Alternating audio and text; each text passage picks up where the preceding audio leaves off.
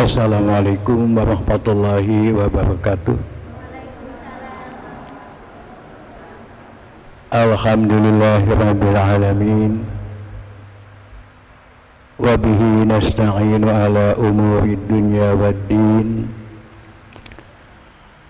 Wassalatu wassalamu ala sayyidil mursalin Sayyidina Muhammadin wa ala alihi wa sahbihi ajma'in. Amma ba'du. Allahumma salli ala sayyidina Muhammad wa ala ali sayyidina Muhammad. Ibu-ibu jamaah pengajian Masjid Agung yang mudah-mudahan Allah Subhanahu wa ta'ala memberikan rahmat kepada kita sekalian. Atas kebesaran Allah Subhanahu wa ta'ala, marilah kita senantiasa memuji syukur alhamdulillah atas segala nikmat dan rahmat yang telah diberikan kepada kita semuanya.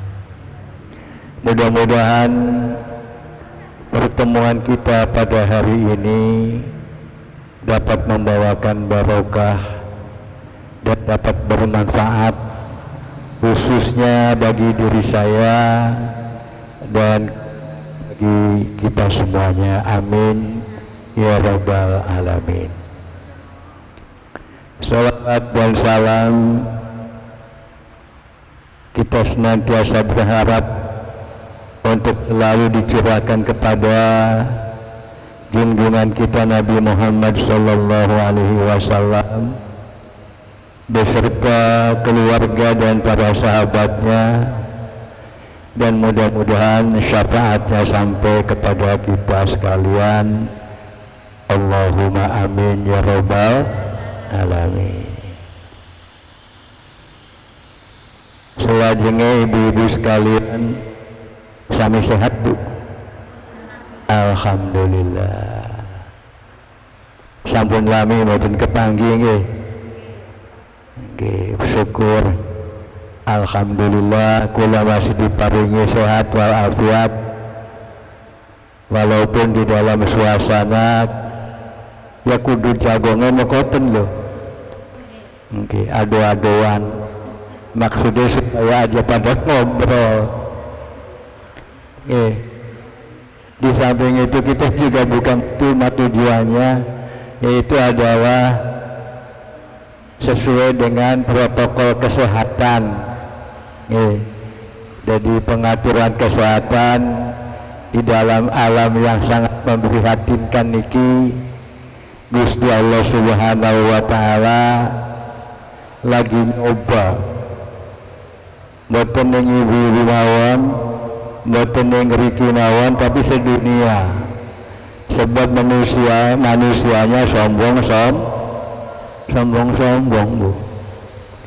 Tidak mau bersyukur kepada Allah Subhanahu wa ta'ala. Cat dari Gusti Allah ini, kamu sombong, tidak mau bersyukur kepada Allah, kepadaku, tak coba nganggo virus kang cilik, kang beli katon mata. Kang beli katon mata barangnya cilik lembut, tapi lumpuh sedunia Bu, lumpuh kabeh. Walaupun negara-negara maju, Amerika, Inggris, Jerman, dengan adanya COVID-19 bisa melumpuhkan setiap orang dan setiap penguasa sampai pada kader kabeh.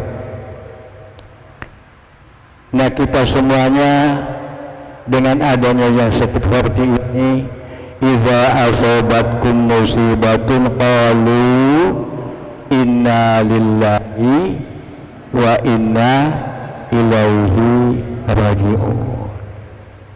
Ini semua adalah musibah yang sedang didatangkan oleh Allah, dan bagi orang mukmin, orang yang beriman, dengan datangnya musibah itu tidak ada kata lain kecuali mengucapkan inna lillahi wa inna ilaihi raji'un.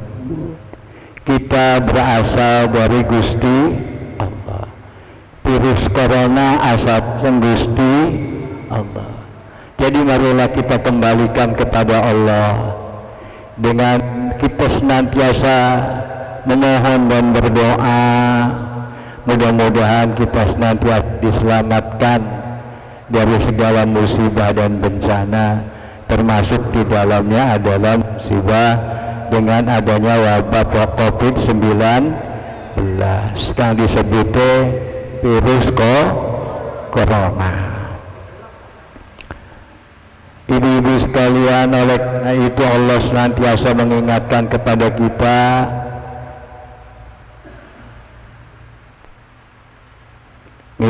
bahwa sinten tiyang kang senantiasa bersyukur. Wa ta'adzana rabbukum la in syakartum la azidannakum, tapi wala in kafartum inna azabi lasyadid.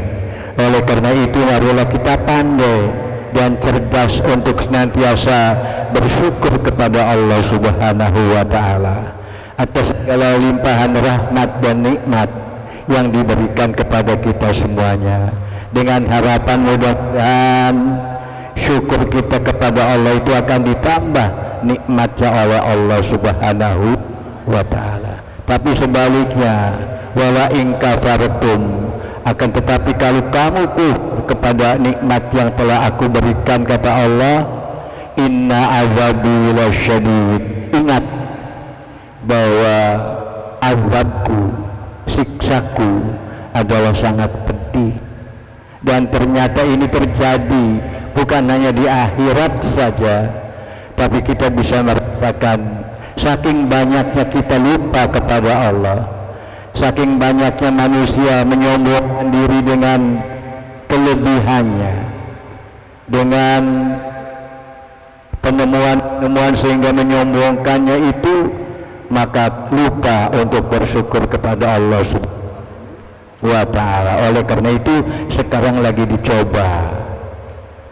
Nah ibu-ibu sekalian, sesuai dengan ketentuan bahwa di dalam pengajian ini tadi hanya sekedar pembukaan saja, kita masuk kepada bagian yang kedua, yaitu giliran saya untuk membahas kitab katanya Nasaihul Ibad, yaitu nasihat untuk para hamba-hamba Allah.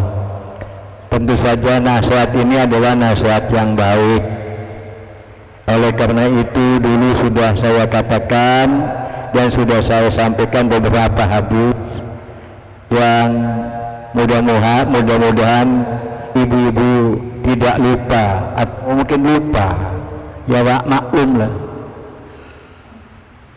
ya, karena kita sudah selang lama di selang bulan puasa, di selang lockdown ya Bu, lawang apa jalan-jalan ditutup sampai lewat Keder. Saya saja rumahnya di pinggir jalan di lockdown Bu, sampai bakal metu ku Keder. Lah Sumber ini kayak tahun 77, ketika saya baru masuk Sumber tahun 74, ya kayak konon Sumber tuh sepi, langkah wong liwat. Cuma beda dengan tahun 77 lockdown ini Sumbernya wis pada padang. Ai bengen si lampu masih listrik kang abang ke Bu, lampu lama abang, jalannya sempit, tapi tiangnya pada idep-idep. Di kaya zaman yang pada gelijigannya zaman mungkin sehingga tang pundi-pundi. Jadi ternyata di lockdown kublok Bu. Kalau saya masih ingat terutama dari warga Sumber Kiku bakal nonton TV ku dengan yang kecamatan Sumber, sebab adanya TV hanya 2, satu di kantor kecamatan, dua di rumahnya mantri di Iran. Wong Sumber Kidul bakal bengi ku Bu pada mangkat kabeh, bawa anak, bawa putu, nonton TV, tapi idep wis raga TV balik nih, betul ada sedikit nih, tidak seperti sekarang, tidak ada perlu ayo kemana-mana. Nah itu tandanya kita telah di lockdown pada saat itu. Saya ingat betul waktu itu saya baru masuk wilayah Sumber tahun 74, sepi kayak mekoten. Nah, tapi alhamdulillah sekarang kita sudah mulai adaptasi kebiasaan baru. Apa disebutnya AKB, adaptasi kebiasaan baru. Niku adalah kita membiasakan kehidupan kudu sering cuci tangan, kudu sering nganggo masker. Nah itu semuanya ibu-ibu semuanya padahal di dalam Islam itu cuci tangan ini sehari semalam pinten Bu? Berapa kali Islam mengajarkan untuk kita cuci tangan? Paling tidak berapa kali sehari semalam? 5 kali. Wudu. Jadi buat Islam ini bukan hal aneh. Tidak aneh. Kita tidak boleh berdempetan, tidak boleh berkumpul-kumpul, beli aneh orang Islam. Beloli salaman ya beloli salaman. Lanang karo wadon salaman tanpa bukan muhrim, itu tidak boleh. Itu mengingatkan kepada kita semuanya bahwa dengan adanya corona niki kita mengembalikan fitrah manusia, seperti memanusiakan manusia. Tapi di dalam hadis pada kitab Nasohibul Ibad bahwa manusia niku dibagi di dalam 2 macam. Yang pertama manusia yang dicintai oleh Gusti Allah. Dan yang kedua adalah manusia yang dibenci oleh Gusti Allah. Ini hadisnya saya bacakan. Akhabbul ibadi illahi ta'ala anfa'un nasi linnas. Yang dicintai oleh Allah niku adalah hamba, kaulane Gusti Allah yang bermanfaat kepada manusia lain artinya. Jadi kita ini dianjurkan untuk menjadi manusia yang bermanfaat kepada orang lain, supaya kita dicintai oleh Gusti Allah. Wa afdalul a'mali, dan sebaik-baiknya perbuatan, idkhalus sururi ala qalbil mu'min yatradu anhu ju'an aw yakshifu anhu karban aw yaqdilahu dainan. Dan sebaik-baiknya perbuatan, sebaik-baiknya amal, sebaik-baiknya yang kita lakukan adalah membuat kesenangan, membuat kegembiraan bagi hatinya orang mukmin. Ala qalbi ala ini kepada hatinya orang mukmin. Jadi di samping kita untuk menjadi manusia yang dicintai oleh Allah, kita juga dituntut untuk berbuat baik kepada sesama mukmin, yaitu yatradu anhu jud'an aw yakshifu anhu karban aw yaqilahu dainan, yaitu dapat menghilangkan rasa lapar, menanamkan rasa iba hati kepada orang mukmin yang dapat menghilangkan rasa lapar, atau meringankan beban derita seseorang, atau dengan melepaskan hutang seseorang. Artinya, jadi manusia yang amalnya yang paling baik itu adalah kita bisa memberikan kesenangan, memberikan perhatian kepada sesama mukmin dengan cara tentunya baik perkataannya, perbuatannya maupun sikapnya. Kita hendaknya menjadi orang yang disenangi oleh orang lain. Itu adalah sebaik-baiknya amal. Yaitu tentu saja kalau kita mungkin bisa untuk menghilangkan, untuk membantu mereka yang kelaparan. Ya teradu anhu juz'an, yaitu kita untuk bisa sedapat mungkin kita usahakan untuk bisa membantu orang lain. Barangkali ada yang kekurangan, itu adalah kita wajib untuk membantunya. Au yaksifu anhu karban, atau kita bisa memberikan jalan nasihat kepada orang lain yang sedang mendapatkan duka dan derita. Taruhlah ada orang yang sedang kesusahan. Kalau kita tidak bisa membantu dengan harta dan benda, paling tidak kita bisa membantu dengan nasihat dan menghibur, supaya betul-betul orang itu terlepas daripada penderitaannya. Itu maksudnya. Jadi kita ini tidak boleh diam, tidak ada kepedulian kepada orang lain, tapi kita hendaknya punya kepedulian yang tinggi kepada orang lain.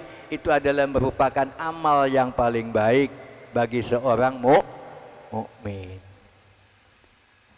Jadi kita dituntut untuk beramal yang baik ini supaya kita disenangi oleh Gusti Allah Subhanahu wa Ta'ala. Yaitu dengan cara satu yang tadi, kita menjadi orang yang sanggup untuk menghibur orang lain supaya kita sikapnya, kata-katanya, tindakannya itu tidak menyakiti orang lain. Kemudian kalau orang lain sedang ada kesusahan, kita paling tidak bisa menghibur orang itu. Jadi kita bukan menjadi penyebar kebencian, bukan kita sebagai orang yang suka mengadu domba dan sebagainya. Yang itu adalah perbuatan yang tidak akan disukai oleh Allah Subhanahu wa Ta'ala. Dan kalau kita mungkin kalau ada orang yang kepepet di dalam hal ekonomi dan sebagainya, kita bantu. Apalagi sekarang waktunya dengan adanya musibah Covid ini, banyak saudara-saudara kita yang sedang mengalami kebutuhan. Mari kita bantu baik dengan kata-kata. Kalau kita nggak bisa dengan uang, kita berikan nasihat yang baik kepada mereka, sabar, supaya kita dilepaskan cobaannya dari Allah Subhanahu wa Ta'ala. Dan kalau ada orang yang sedang kepepet dengan hutangnya, paling tidak kita bisa memberikan nasihat atau memberikan jalan keluar. Kalau kita tidak mungkin bisa untuk memberikan bantuan untuk membayar utang orang tersebut. Jadi bukan berarti ana wong lagi belenak, wah puas. Itu bukan urusan orang mukmin. Ada orang yang sedang kesusahan, kita senang-senang, menyakitkan itu. Dan itu bukan perbuatan orang mukmin.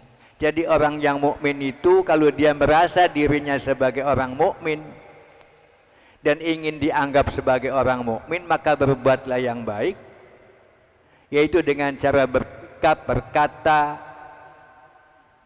bertindak dan sebagainya, itu adalah untuk dapat menyenangkan orang lain. Paham mboten Bu? Nah, jadi orang itu seperti itu yang disenangi oleh Gusti Allah Subhanahu wa Ta'ala. Ana wong lagi kepepet utang, ya syukur. Yang asale banyak kebutuhan tapi tidak diperhitungkan. Nah, ini memuaskan namanya. Bukan malah membantu tapi dia malah mengejek dan sebagainya. hal itu yang tidak diinginkan, hal itu yang tidak dibolehkan, hal itu yang bukan kewajiban seorang mukmin kepada mukmin yang lain. Jadi kita hendaknya dengan hadis ini mudah-mudahan kita bisa melaksanakan apa yang diperintahkan oleh Allah Subhanahu wa taala. Kita senantiasa menjadi orang yang bermanfaat kepada orang lain. Khairun nas yanfa'unun humun nas. Sebaik-baik manusia adalah yang bermanfaat kepada manusia lain.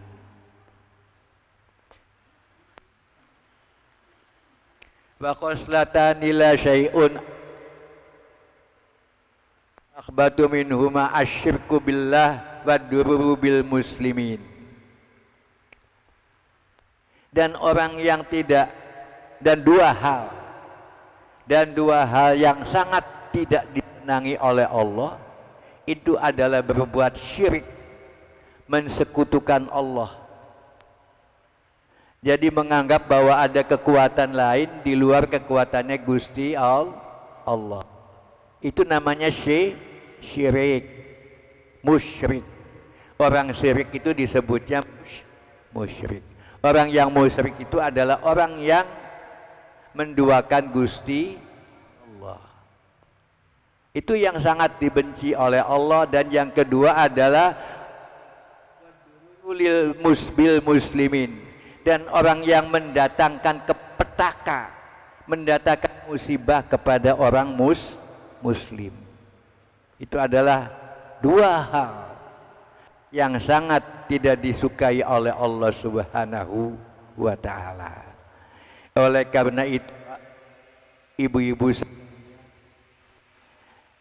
kita semuanya wajib untuk menuntut ilmu agar kita ini mengetahui kedudukan kita sebagai manusia, kedudukan kita sebagai warga masyarakat, supaya kita bisa menjadi orang yang bermanfaat, khususnya bagi diri sendiri dan kepada orang lain, supaya kita diridhoi oleh Allah Subhanahu wa taala.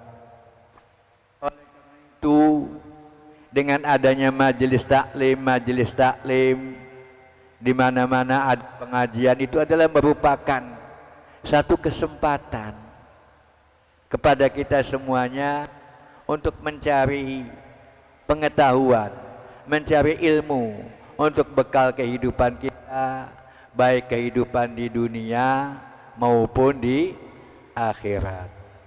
Dalam hadis lain disebutkan, alaikum bimujalasatil ulama wastima'i kalamil hukama, Allah ta'ala yukhil qalbal mayyita binuril hikmati kama yukhil ardal maitata bima'il matori.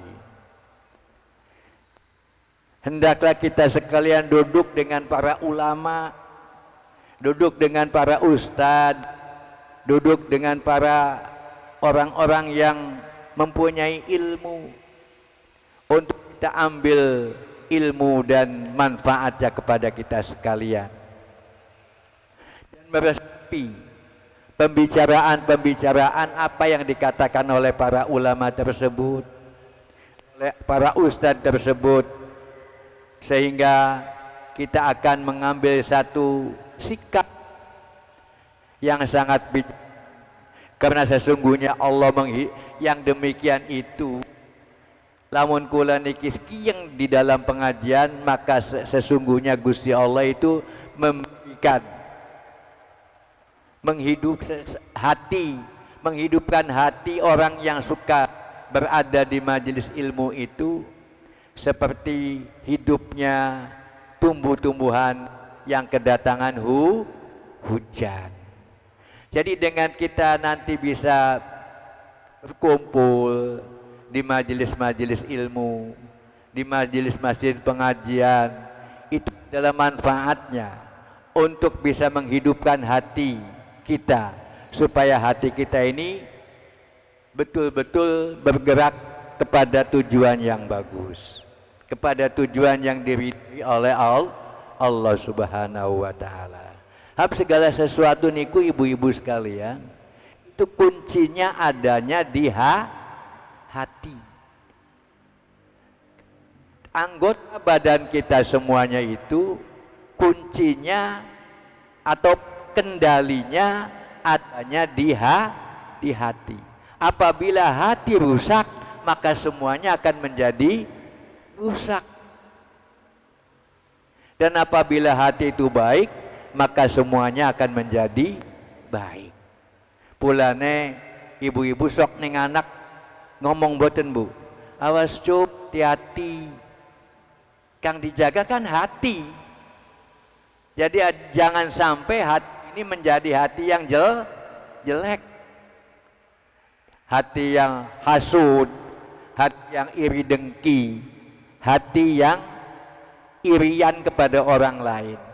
Makanya kita senantiasa pesan baik kepada anak dan cucu kita, apalagi mau berangkat, awas, hati-hati. Itu bukan awas kaki-kaki atau tangan-tangan, boten kan? Padahal anggota badan kita itu bukan hanya hati, tapi ada juga otak. Awas dong otak-otak. Boten. Yang diawas-awas itu adalah hati. Oleh karena itu hati ini adalah satu gumpalan yang ada di dalam diri manusia, yang bisa mengendalikan manusia itu, mengirimkan kepada otak, dan otak akan menggerakkan anggota badan untuk berbuat sesuai dengan hatinya. Oleh karena itu yang namanya hati itu mboten saged dibohongi. Ya Bu ya, yang namanya hati itu tidak bisa dibohongi. Bagian ngomongnya nggih Pak, kula sampun kapok, beliau berbuat yang macam-macam lagi. Tapi kalau hatinya tidak sampai di hati kegiatan itu, maka itu bohong namanya. Karena yang mengendalikan itu adalah bukan otak, atau bukan tangan, atau bukan kaki, tapi adanya pusatnya adalah di hati. Ingat nih Bu. Oleh karena itu, dengan kita banyak mendatangi majelis-majelis ilmu ini, maka fa innallaha ta'ala yukhil qalbal mayyita binuril hikmati kama yukhil ardal maitata bima'il matori. Maka Allah akan menghidupkan hati kita yang selama ini sudah banyak dicemari, banyak dikotori oleh hal-hal yang tidak disenangi Allah. Allah dengan banyak kita datang ke majelis taklim ataupun ke pengajian-pengajian, maka hati kita akan dihidupkan oleh Allah Subhanahu wa taala. Sebagaimana Allah menghidupkan bumi ini dengan didatangkannya hujan. Kan kalau musim hujan semuanya tumbuh Bu. Hal yang tadinya kering menjadi subur dengan didatangkannya hujan oleh Allah Subhanahu wa taala. Begitu pula kalau hati kita sudah kering, hati kita sudah kurang bagus, banyak rasa hal yang kurang mengenakan hati kita, maka datanglah ke majelis-majelis ilmu atau ke pengajian. Maksudnya untuk supaya dihidupkan oleh Allah Subhanahu wa taala hati yang telah rusak tersebut. Dan hadis selanjutnya lisul kubara'a wasailul ulama'a wa khalidul hukm.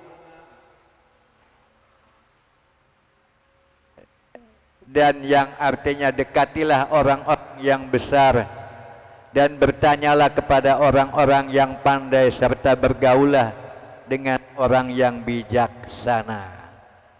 Maka dengan adanya pengajian, dengan kita mendatangi majelis-majelis ilmu, dan kita meresapi apa yang disampaikan oleh para pendakwah atau penyampai ilmu itu, maka kita ini diharapkan untuk selain daripada kita mengambil keuntungan untuk kita sendiri, kita bisa bergaul dengan orang-orang yang baik.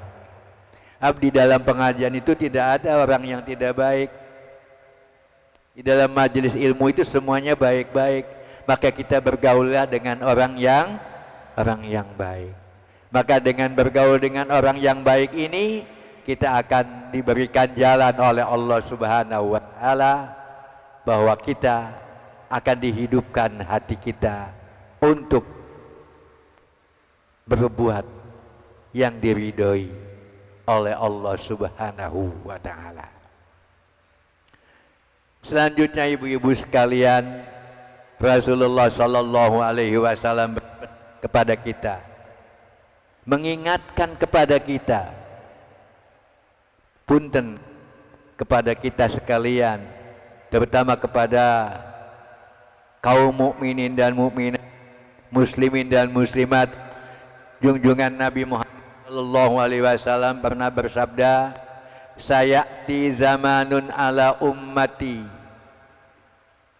suatu masa akan terjadi kepada umatku, kata Rasulullah Sallallahu Alaihi Wasallam. Satu saat nanti akan datang kepada umatku, yafiruna minal ulama'i wal fuqaha'i, dia akan lari, dia akan menjauh dari para ulama dan ahli-ahli fikih. Dan kenyataannya yang namanya lari dari ulama itu bukan kemudian anak ustadz toli melayu, bukan. Bukan ada pengajian lalu ibu melayu, bukan. Artinya lari dalam hal ini kita tidak mengikuti apa yang disampaikan oleh para ulama. Yafirunal ulama, yafiruna minal ulama'i wal fuqaha, dan dia lari daripada nasihat-nasihat ulama dan para ahli fikih. Tapi kalau kita sudah terjadi seperti hal ini, kata junjungan Nabi Sallallahu Alaihi Wasallam, fayabtalihimullahu bisalasati balyatin, maka akan didatangkan oleh Allah Subhanahu wa Ta'ala yang akan menimpa bencana, 3 bencana kepada orang yang tersebut yang melarikan diri dari ulama dan fuqaha ini. Maka Allah akan mendatangkan bencana. Bencana Allah yarfa'ullahu min kasbihim. Yang pertama, hilangnya keberkahan hasil usaha. Wasaniyatu yusallallahu ta'ala alaihim sultanan zaliman. Dan yang kedua, akan datangkan penguasa-penguasa yang zalim kepada orang yang lari dari ulama itu. Dan kemudian yang ketiga, wasalisatu yakhrujuna minad dunya bi ghairi iman. Yang ketiga, kalau sudah begini, maka apabila kita melarikan diri dari ulama, apabila kita melarikan diri dari para fuqaha, maka Allah akan mendatangkan 3 hal. Yang pertama, akan mengambil berkah kehidupan kita semuanya, menghilangkan keberkahan. Karena keberkahan ini adalah sangat penting ibu-ibu semuanya. Keberkahan itu adalah rasa kecukupan kepada diri kita, itu namanya berkah. Yajidul khair, bertambahnya kebaikan kepada diri kita itu disebut berkah. Ada orang penghasilannya banyak, rumahnya gedung, mobilnya mewah, tapi hatinya rungsing, hatinya itu enggak tenang, itu diambil keberkahannya. Nah, kita semuanya ini bukan orang-orang yang kita inginkan seperti itu. Jadi kita ingin bahwa kita ini selalu diberi kecukupan oleh Allah Subhanahu wa Ta'ala. Kita saksikan kan sekarang ini banyak orang yang kaya, sawahnya luas, rumahnya megah, kendaraannya mewah, istrinya banyak. Iya. tapi hidupnya selalu dalam kesedihan dan kesusahan karena udah diambil keberkahannya oleh Allah Subhanahu wa Ta'ala. Akibat atau gara-garanya dia itu meninggalkan nasihat para ulama. Dan yang kedua, ibu-ibu sekalian, di samping Allah akan mengambil keberkahan yang ada di dunia ini, maka kita akan dikuasai oleh pemimpin-pemimpin yang zalim, pemimpin-pemimpin yang tidak peduli kepada orang, kepada rakyatnya. Pemimpin yang zalim itu adalah pemimpin yang mengumpulkan kekayaannya untuk dirinya sendiri, pribadinya, keluarganya, dan kelompoknya, tapi masyarakat dibiarkan untuk dijadikan korban pemerasan. Nah, ini yang nantinya kata Nabi seperti itu. Kalau kita melarikan diri dari ulama dan fuqaha, maka percobaan yang kedua akan akan didatangkan oleh Allah, yaitu adalah pemimpin yang zalim, pemimpin yang tidak memuaskan kepada masyarakatnya dan bahkan akan menindas kepada kita sekalian. Dan itu dua-duanya ini masih dalam kesederhanaan, masih mending. Yang ketiga, Bu, apabila kita lari para ulama dan fuqaha, yang ketiga ini adalah yakhrujuna minad dunya bi ghairi iman. Na'udzubillah summa na'udzubillah. Akan dikeluarkan kita, akan dimatikan kita, akan ditinggalkan dunia ini oleh kita dan dicabut nyawa kita oleh malaikat Israel dalam keadaan tidak beriman. Masya Allah, yang tidak kita inginkan. Jadi dengan kita bisa berdekatan dengan para sholihin, dengan para ulama, dengan para orang-orang yang baik, mudah-mudahan kita akan senantiasa diberikan kekuatan oleh Allah Subhanahu wa Ta'ala, dan kita akan senantiasa diberikan pertolongan untuk tidak diambil keberkahannya di dunia ini. Kemudian kita akan tidak dipimpin oleh pemimpin yang zalim, dan kemudian kita akan apabila meninggalkan dunia ini betul-betul di dalam ketetapan membawa iman dan Islam. Jadi begitu ibu-ibu semuanya, ini ada 3 hadis yang kami sampaikan pada kesempatan ini. Bukan 3, 4 hadis yang telah kami sampaikan pada pertemuan kali ini, dengan harapan mudah-mudahan kaya-kaya jagong ibu-ibu pada kepegelen. Okay. Ya kulek pegel pada baik. Okay. Jadi nggak apa-apa, Bu, kita sudah lama sudah bertemu, kurang lebih 40 menit itu sudah cukup, dan mudah-mudahan akan menjadi manfaat bagi kita semua. Dan sebelum kami mengakhiri hal-hal yang telah kami sampaikan ini, kami membuka peluang, barangkali ada hal-hal yang ingin ditanyakan. Silakan kepada ibu-ibu semuanya, ya, monggo.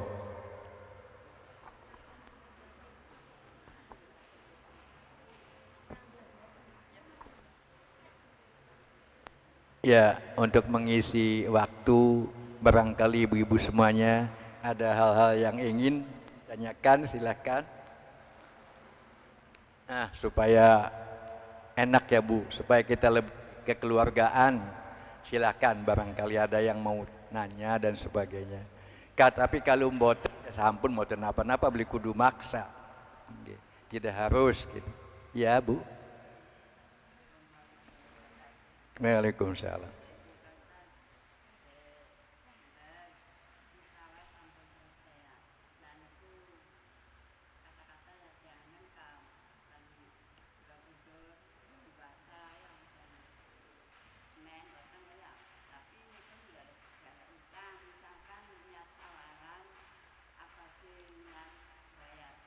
Oh, iya.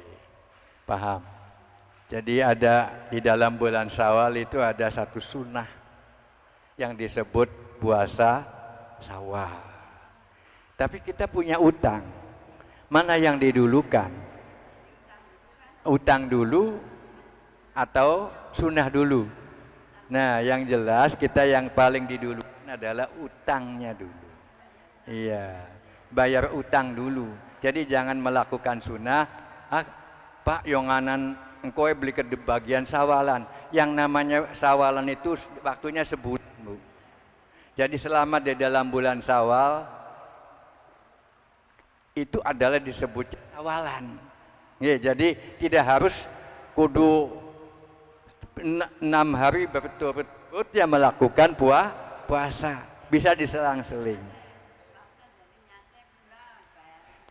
Niat bayar utang. Nggih.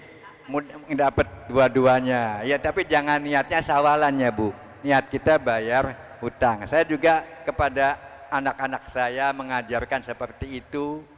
Jadi kamu jangan sawalan, tapi kamu bayar utang, tapi di bulan Syawal. Bayar utang kan waktunya setahun ya, Bu. Sampai dengan bulan Sya'ban kan, akhir Sya'ban, waktunya setahun. Tapi kalau kita lakukan pada bulan Syawal, mudah-mudahan kita dapat dua pahala. Yang pertama pahala syawalan, yang kedua pahala bayar utang. Jadi yang didulukan itu adalah bukan bayar utang, bukan syawalan, tapi bayar utang di bulan Syawal. Jadi jangan ditunda-tunda, nantilah ketika ada waktu sampai 11 bulan. Jangan ditunda-tunda. Bahkan akan lebih bagus lagi kalau syawalannya umpamanya dicicil. Senin Kemis itu ada nilai puasa Seninnya, ada puasa nilai Kemisnya, ada puasa Syawalannya, jadi lengkap. Nggih.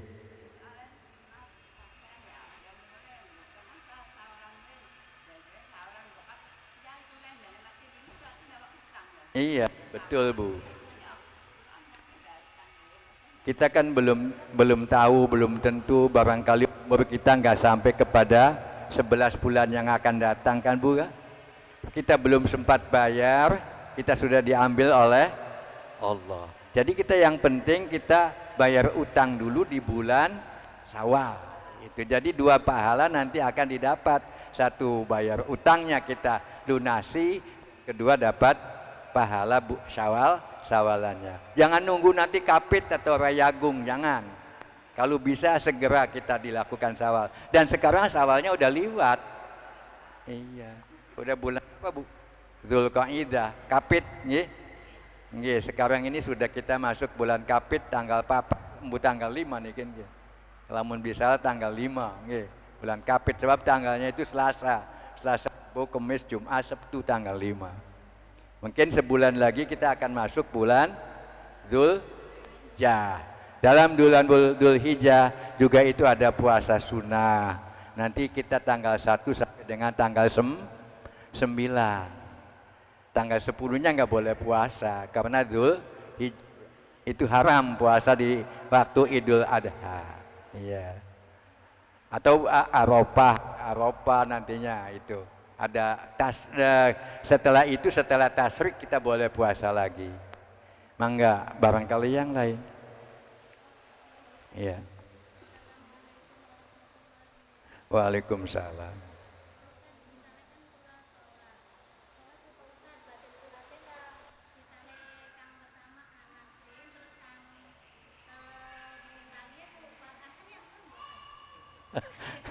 Asal iya asale apale cuma wal asri mawon. Jadi tes Fatihah wal asri, Fatihah wal asri mali koten tah.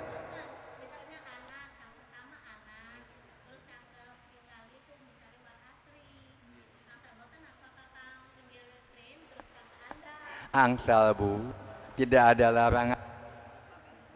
Jadi mboten kudu urut. Tidak. Yang penting kita baca surat. Dan surat yang paling disenangi oleh Allah Subhanahu wa taala itu adalah surat Jadi kulhu kan gampang, Ibu. Tapi mboten kulhu. Kulhu Allah hu ahad, Allahu shomad, lam yalid walam yulad walam yakul lahu kufuwan ahad. Jadi surat yang paling disenangi itu adalah surat Al-Ikhlas. Itu surat kulhu. Kowe macae kulhu mawon.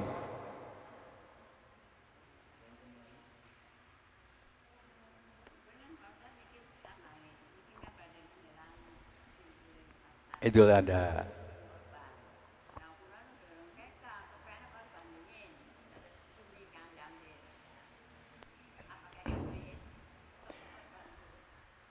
Ketentuannya gini Bu, kalau yang namanya kurban itu ada waktunya. Waktunya itu adalah tanggal 10, 11, 12, 13 bulan haji, bulan Dzulhijjah. Tapi kalau kekah itu waktunya setahun, kapan saja bisa kekah.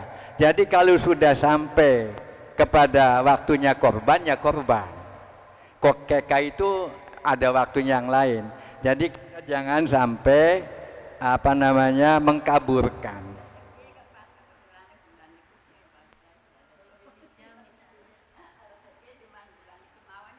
Nggih.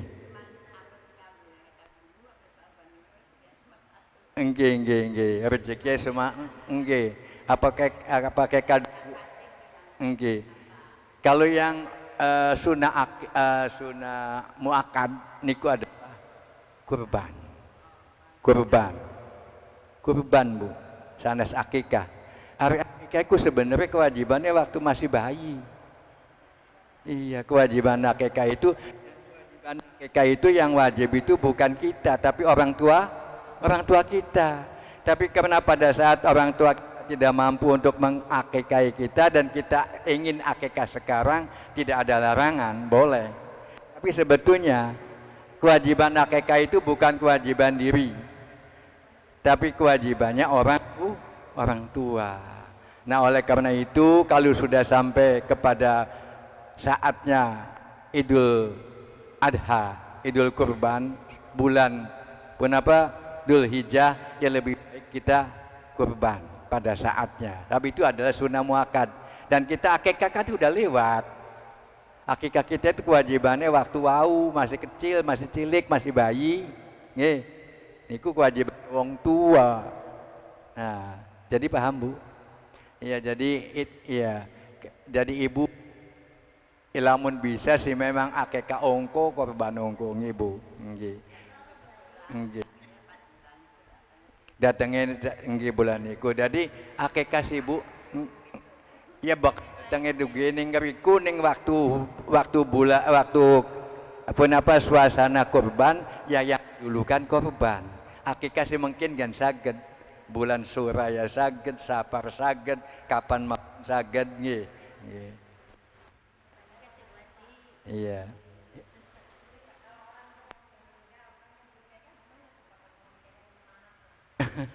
Jadi kita niat kekah untuk sedekahnya kepada pahalanya kepada orang tua. Nggih. Mangga Bu. Nggih. Iya, bagus lah. Padahal sudah tidak ada kewajiban. Iya. Hanya kita seolah-olah rasa bakti kita kepada orang tua karena kita punya kelebihan, kepengen mengekai orang tua yang sudah meninggalkan koten. Nggih. Pahalanya insya Allah ditampi di mata Allah. Jadi padahal sudah tidak ada kewajiban itu nggih. Wonten malih Bu? Ya ibu-ibu sekalian, karena waktu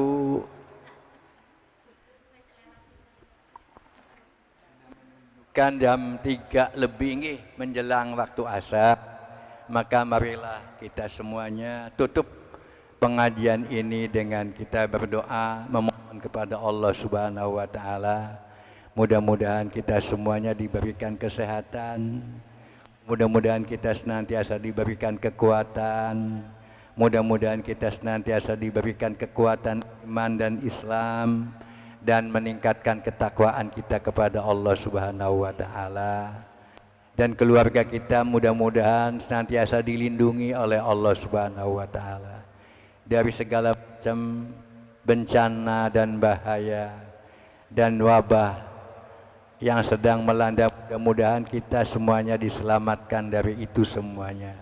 Allahumma sholli ala sayyidina wa habibina wa syafi'ina wa karimina wa dzukrina wa maulana Muhammad wa sallim radhiyallahu ta'ala an sadatina ashabi rasulillahi ajma'in. Alhamdulillahi rabbil alamin. Allahumma sholli ala Muhammadin tunjina biha indaka ala darajat wa min jami'il ahwali wal afat wa taqdilana biha min jami'il hajat wa tutahhiruna biha min jami'is sayyiat wa tarfa'una biha indaka ala darajat wa tuballighuna biha asal ghayati min jami'il khairat fil hayati wa ba'dal mamat. Rabbana la tuzigh qulubana ba'da idh hadaitana wa hab lana min ladunka rahmatan innaka antal wahhab. Rabbana hab lana min azwajina wa dzurriyyatina qurrata a'yuni waj'alna lil muttaqina imama. Rabbana srif 'anna su'a bima syi'ta wa kaifa syi'ta innaka 'ala ma tasha'u qadir. Rabbana atina fid dunya hasanatan wa fil akhirati hasanah wa qina 'adzaban nar wa adkhilnal jannata ma'al abrar ya aziz ya ghafar ya rabbal alamin.